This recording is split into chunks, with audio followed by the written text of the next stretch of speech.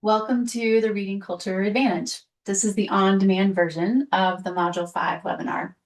My name is Susie Tonini, School Library Consultant with the Colorado State Library, and I'll be leading today's session. The Reading Culture Advantage is a series of webinars brought to you by the Colorado State Library, focusing on reading culture and reading engagement. So basically all the strategies beyond reading instruction that support preschool through 12th grade students with reading. Our foundational text is Creating a Reading Culture in Primary and Secondary Schools, a Practical Guide by Margaret Merga. Modules 5, 6, and 7 build on the work of the first 4 modules of the Reading Culture Advantage webinar series that I launched last year. This series, along with all of the State Library's school library programming, is funded through a grant from the Federal Institute of Museum and Library Services, which means I can offer them to you completely free of charge. Okay, let's jump in. I always like to start with a mental map of our end goal and how we'll get there. Modules 5, 6, and 7 in this webinar series focus on one essential question. Once students learn how to read, how do we keep them reading? Why does this matter?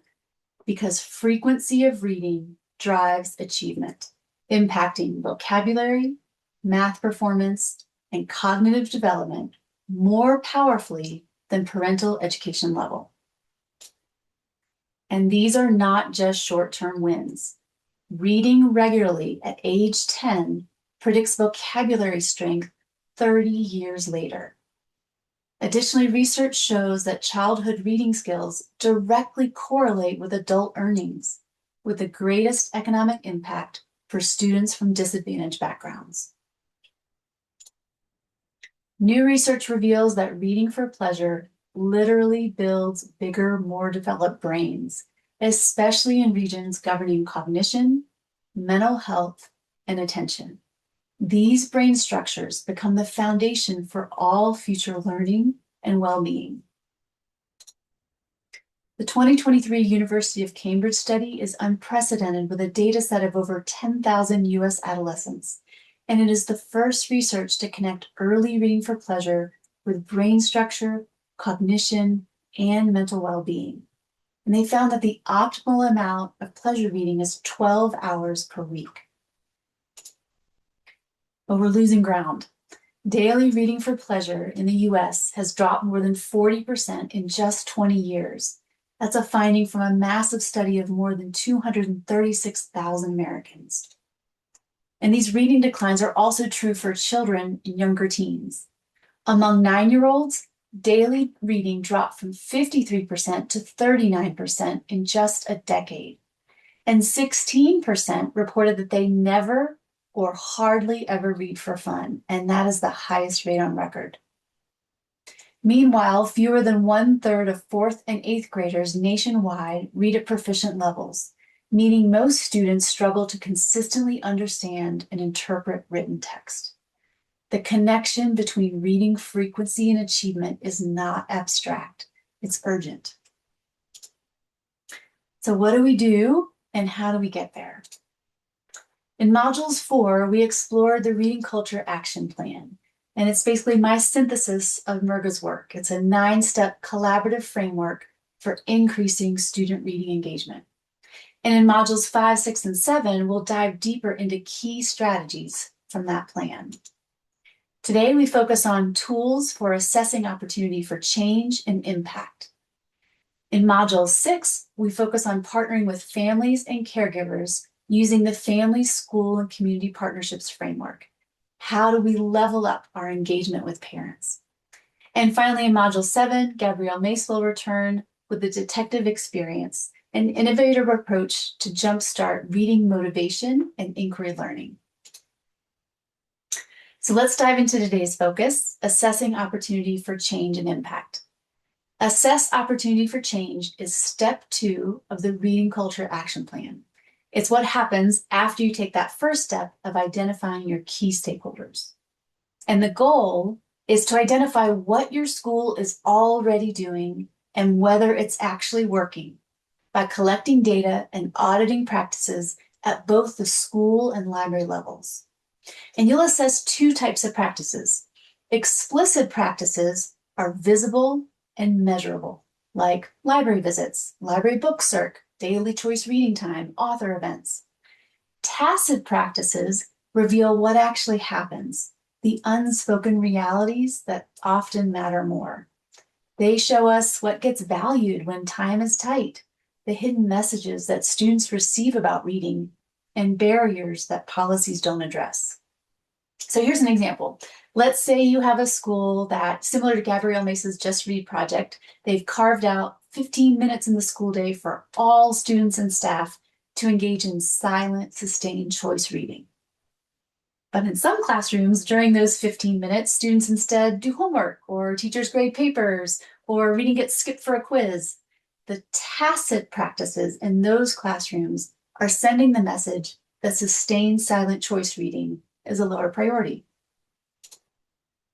At step 2, your job is to raise the need for change, highlighting benefits that are responsive to students' needs. In other words, use your data to ring the alarm bell and shine a spotlight on how building reading culture will meet the needs your community actually has. And we'll frame today's discussion with Weld RE4 School District's Pyramid of Change model. I love this model because it flips the typical approach to education initiatives. Many initiatives start at the top with the thing that you're going to do, the strategies or the tools, like we're instituting 15 minutes of daily silent choice reading school-wide. But the real change starts at the foundation with beliefs.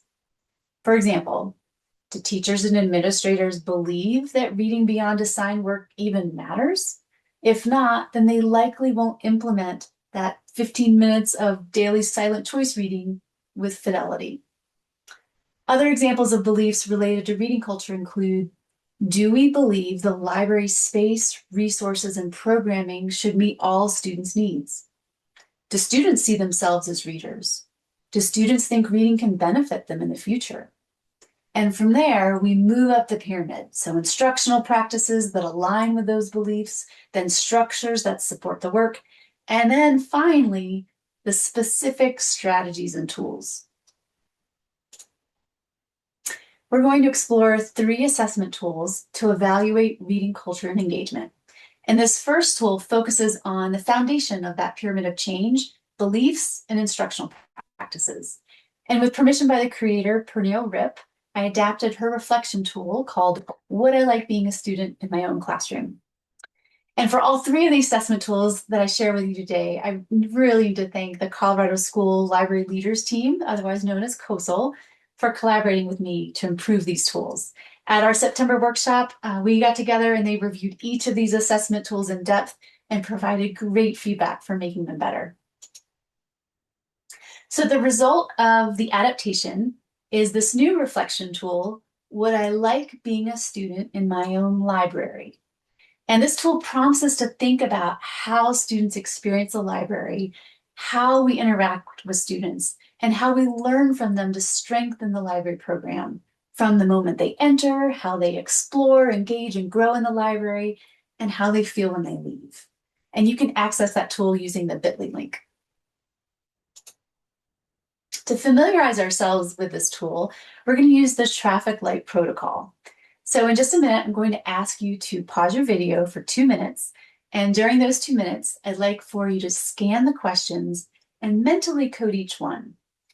Mentally code a question green if you think this is an area of strength. Code a question yellow if you feel like it's an area where you're inconsistent. And code a question red if this is a significant opportunity for improving practice.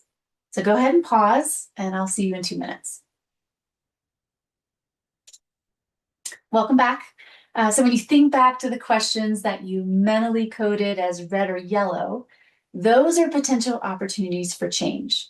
So as you're designing strategies for creating reading culture, design strategies that specifically address those red and yellow light barriers.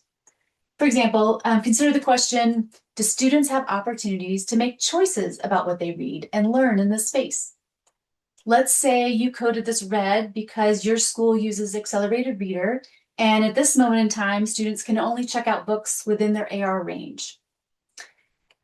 Then building reading culture might involve ensuring that students have access to instructional level text, because that's absolutely important, and allowing them the freedom to choose any book for pleasure reading.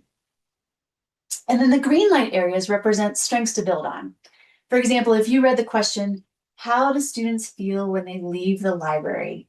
And you genuinely know that students are leaving that library lifted up, motivated to read, connected with one another, their curiosities satiated. You are likely already providing a welcoming space, warm interactions, and relevant resources and programming. And that means that you already have created the perfect foundation for developing successful programming that motivates students to read more because they trust you, they like you, and this is already a place where they want to spend their time. Okay, now we're going to move on to the second tool, and this is a student reading engagement survey. It also focuses on the beliefs level of the pyramid of change by gathering information about students' reader identities and what they believe are barriers to reading more. Sometimes we make assumptions about why students don't read, which can result in designing strategies that miss the mark. So this tool is one way in which you can learn from students directly. And while the survey is geared towards upper elementary, middle school, and high school students, it could be adapted for a younger audience. If you do that, please share that with me. I would love to be able to share that out more widely. It's also based on the work of Pernille Rip, with her permission, and it's inspired by her April 2025 blog post, Why Don't You Read? A Lesson for Students. I use Google Forms to create the survey. So many schools are Google friendly, and so it begins with students answering the question, true or false to the statement, I am a reader. The next few questions ask about reading frequency, preferred reading format, and preferred languages. And this is all valuable information for guiding your collection development. And then students answer the question, what is the main reason you don't read for fun more or at all? The information you collect can provide an authentic, real-time snapshot of students' reading engagement at the school-wide level. For example, I use Google Looker Studio to create this real-time data dashboard to display data collected from the first 6 survey questions. As students complete the Google form, it automatically updates the data dashboard to create a visual of students' reading engagement. And if you want to learn more about how to create this, please check out James Allen's Looker Studio resources, and that's linked on the final slides. But what I really love about this survey, again, borrowing from Pernille Rip's ideas, is that it functions both as a tool for gathering information and it suggests micro-intervention strategies for reading more. So students have 7 choices for answering the question, why don't you read for fun more? Which represent different barriers to reading engagement. And up on the screen, you can see all 7 responses. And I'd like for you to pause the video for a moment and think about your students who are rarely or never reading beyond class assignments. Which response do you think most of them would select?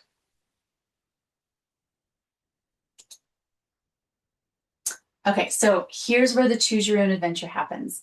So I want you to use the bit.ly link on the screen to view a flow chart which shows how each student answer to the question, why don't you read for fun more, leads to a different set of micro-interventions. For example, a student who responds that they don't read more because they don't have time are then asked, which one of these strategies do you think might help you find time to read, find more time to read for fun?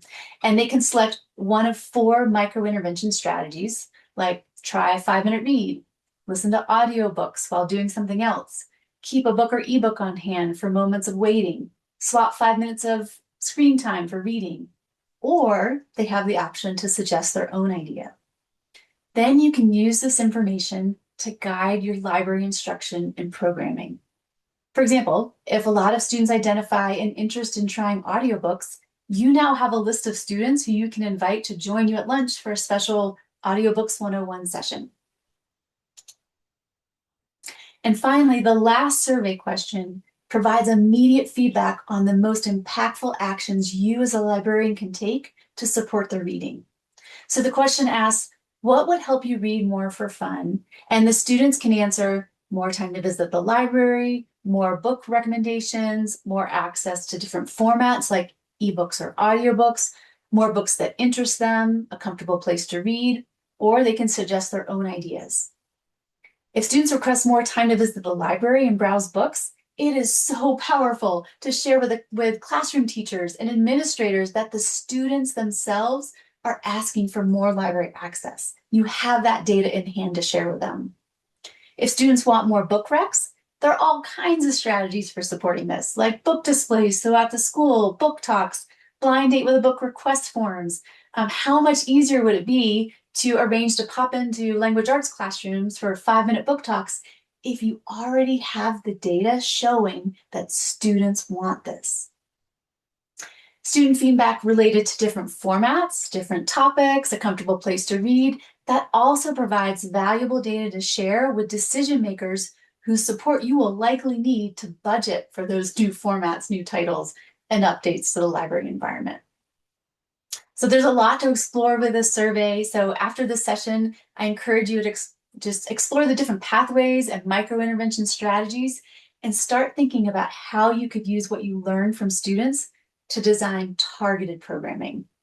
I'll also be presenting at this year's Colorado Teen Lit Conference with a teen co-presenter who's just fabulous. That'll be on April 18th. And we'll be eliciting teen readers' input for improving the tool. So after the conference session, I expect to be making even more updates, and I'll share the new and improved survey with everyone who's registered for this webinar. Okay, now moving on to our final tool, the school-wide reading culture review tool. This assessment is an adaptation of a similar evaluation tool created by the National Library of New Zealand. It includes 7 focus areas: leadership and vision, teachers as readers, sustained reading time, reading environment, library and book access, home and community connections, and student voice and choice. So in just a second, I'd like you to pause your video again for 2 minutes to give you time to read the assessment criteria for each of the 7 focus areas.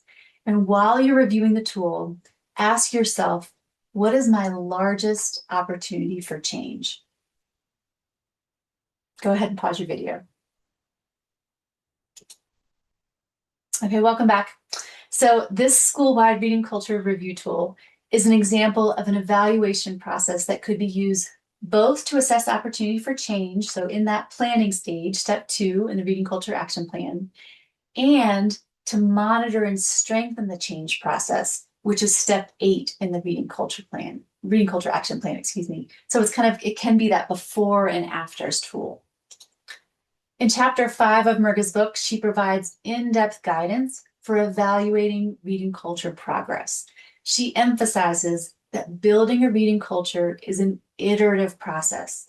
In other words, it is not set and forget. It is not a one-time thing. It is something that is constantly evolving, that you're constantly tweaking using your data.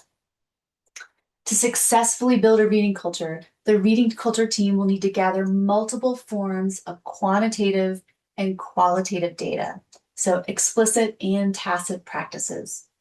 They'll need to consider successes and failures, and they'll need to determine where redirection or more support is needed. And both quantitative and qualitative data are valuable. Quantitative measures and counts, while qualitative describes and explains. It tells that story. So linked in the resources are lists of examples of both quantitative and qualitative data that you might consider collecting, to assess opportunity for change and to measure impact.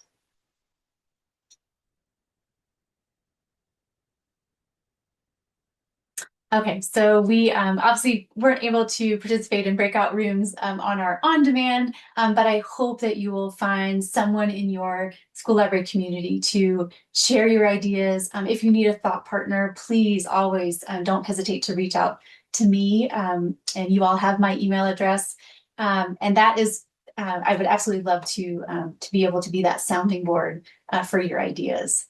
So these are the information sources that were referenced today and used to design today's session. And then this is a list of all of the resources included in today's session, including those 3 assessment tools. I hope you will take some time to fill out the survey. The link is you can use the QR code to access that. And I hope you will join us for all modules in this session, module 6 and 7 coming up. And thanks so much for being a part of the series.